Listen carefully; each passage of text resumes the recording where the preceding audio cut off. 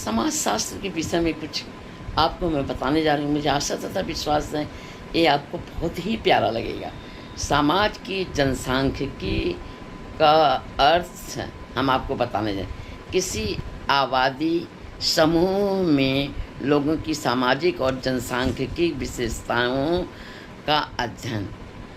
जनसांख्यिकी विशेषताओं का अध्ययन, इसमें आयु, लिंग, शिक्षा, आय, धर्म, सामाजिक स्थिति जैसे चीज़ें शामिल हैं।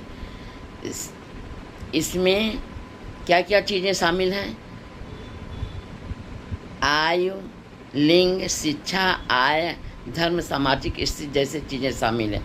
यह अध्ययन सामूहिक और जनसांख्यिकी कारकों के बीच में संबंध और उनके प्रभाव के बारे में बताने में करता है। क्या करता है? उनके प्रभाव के बारे में बताने में करता है। भारतीय समाज की जनसांख्यिक संरचना का अध्ययन। भारतीय समाज की सामाजिक जनसंख्या के आकार, संरचना और विशेषताओं का विश्लेषण है।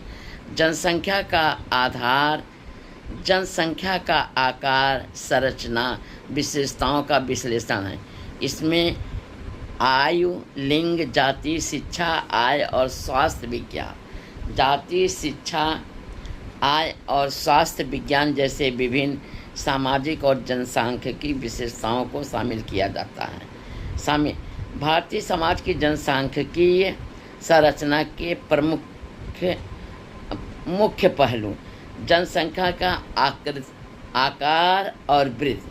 क्या है? पहला क्या है? जनसंख्या का आकार और वृद्धि। भारत की दुनिया की दूसरी बड़ी आबादी वाला देश है।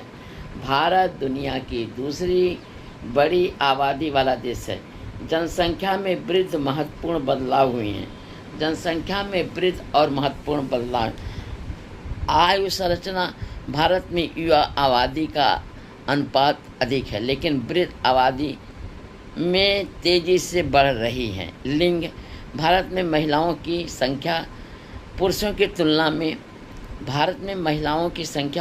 तुलना में कम है, हालांकि इसमें सुधार हो रहा है। ग्रामीण और शहरी वितरण, भारत में अभी ग्रामीण आबादी के अनुपात अधिक है।